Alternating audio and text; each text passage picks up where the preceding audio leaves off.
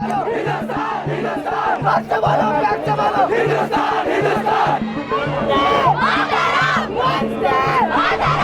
there. Our friends are there. I saw many of them protesting against us. Like till yesterday, they were speaking to us so nicely. It feels so bad to have such friends. ordering you to ಕಾಲೇಜಿಗೆ ಬರುವಾಗ ಯಾವುದೇ ಕಾರಣಕ್ಕೆ ಹಿಜಾಬ್ ಆಗಲಿ ಬುರ್ಕಾ ಆಗಲಿ ಹಾಕೊಂಡು ಬರಲಿಕ್ಕೆ permission ಇಲ್ಲ. We have been trying from last 2 years. We have been wanting to wear hijab because our seniors, super seniors, everyone wore the hijab in our college. But when our turn came, they have put it outside the class. I've lost so many Hindu friends of mine, and it's really sad and really heartbreaking for us.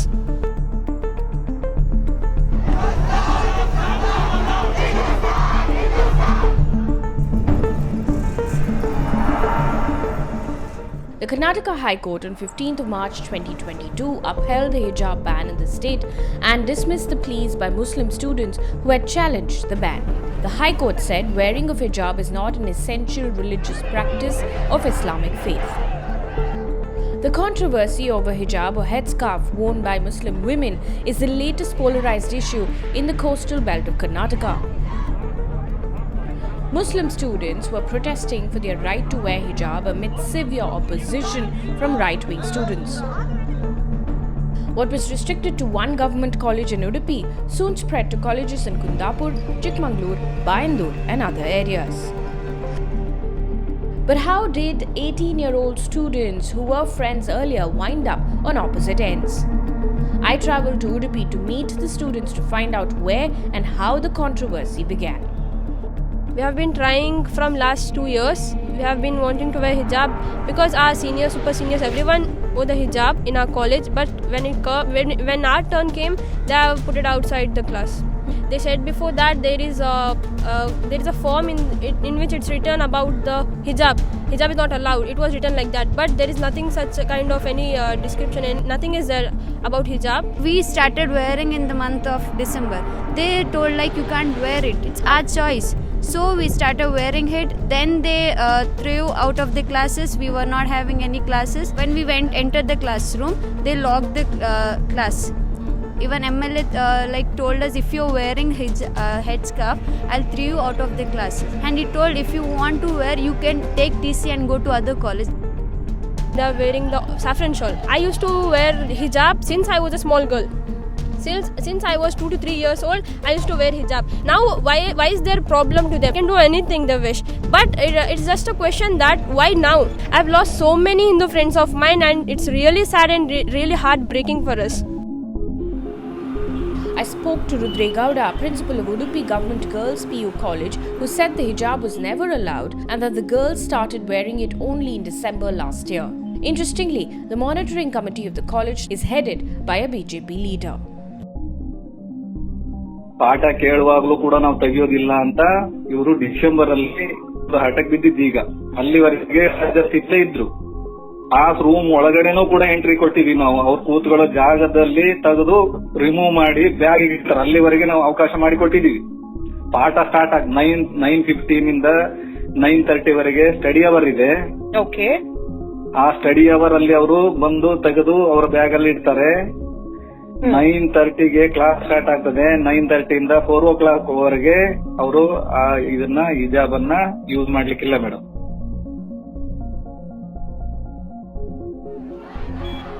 Both groups on opposite ends have blamed each other for starting the protest. Right-wing groups claim the Campus Front of India, a Muslim students group allegedly affiliated to the Popular Front of India, instigated these students. A few girls who'd been protesting in Udupi had allegedly attended an ABVP protest against a rape in Udupi's Manipal on the 29th of October 2021. The principal of the college confirmed that the girls were subsequently marked absent. A member of the Muslim Okota group, an umbrella organization of mosques, jamaats, and Islamic organizations in Udupi, pointed out that could have been the trigger for Campus Front of India to get involved. Interestingly, the Social Democratic Party of India won as many as 6 seats in urban local body elections in the coastal belt around the same time The hijab protest began towards the end of December.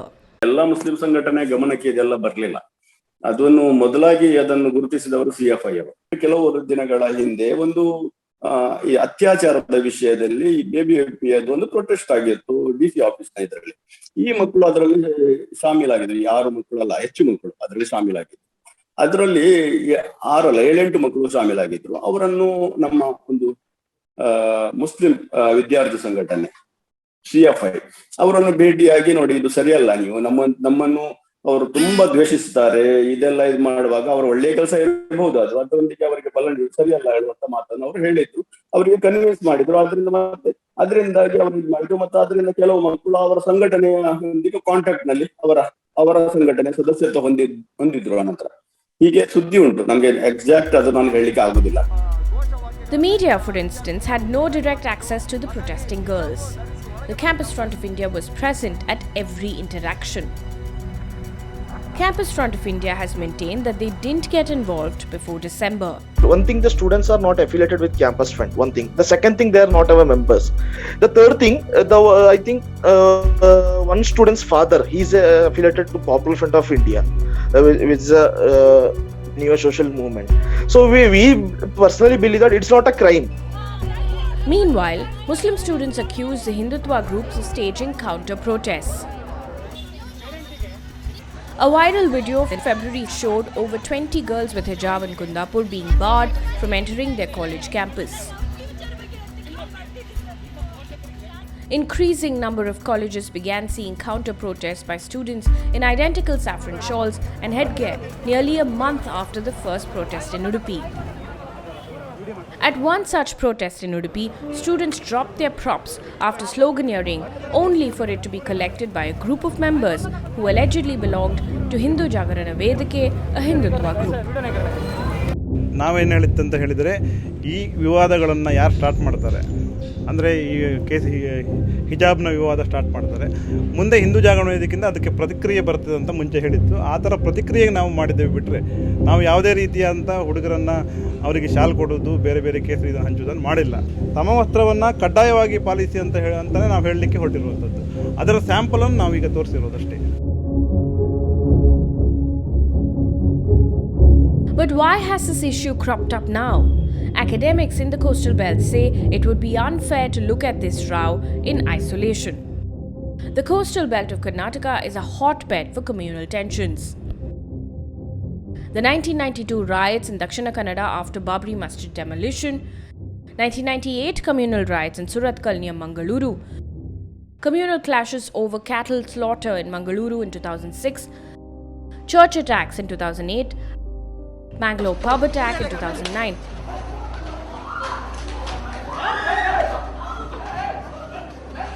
Or the riots in Uttara Kannada in 2017 are just a few in a long list of incidents.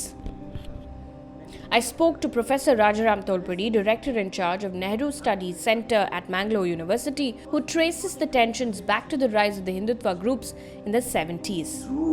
The 70s, because of a very significant advance in the process of modernization during the 70s, and also because of a certain kind of entrenching of the Sangh Parivar into the student community, I think the process of communalization as we see it today has actually started.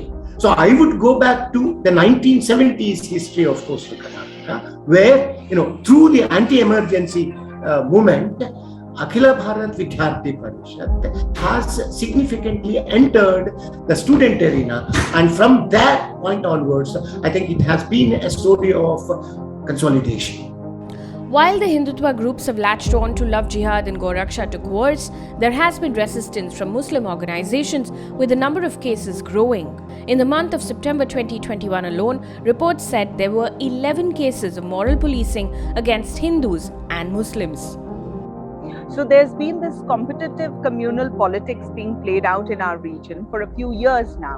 While all this was happening in several colleges across Udupi district, very few colleges in Mangalore were affected. There were some colleges in other parts of Karnataka. So this makes us think did both sides, the CFI and the ABVP, decide that they will put all their efforts into Udupi and into colleges where they did not have a presence, and they didn't bother to do so in Mangalore because both sides, CFI and ABVP, already have a base. Competitive communalism pays off, and everybody who's dabbling in it is doing it for a reason. With the High Court order coming in as a huge setback for students, they plan on taking the fight to the Supreme Court. Academics, activists and citizens, however, agree that students are just pawns being pitted against each other for electoral gain.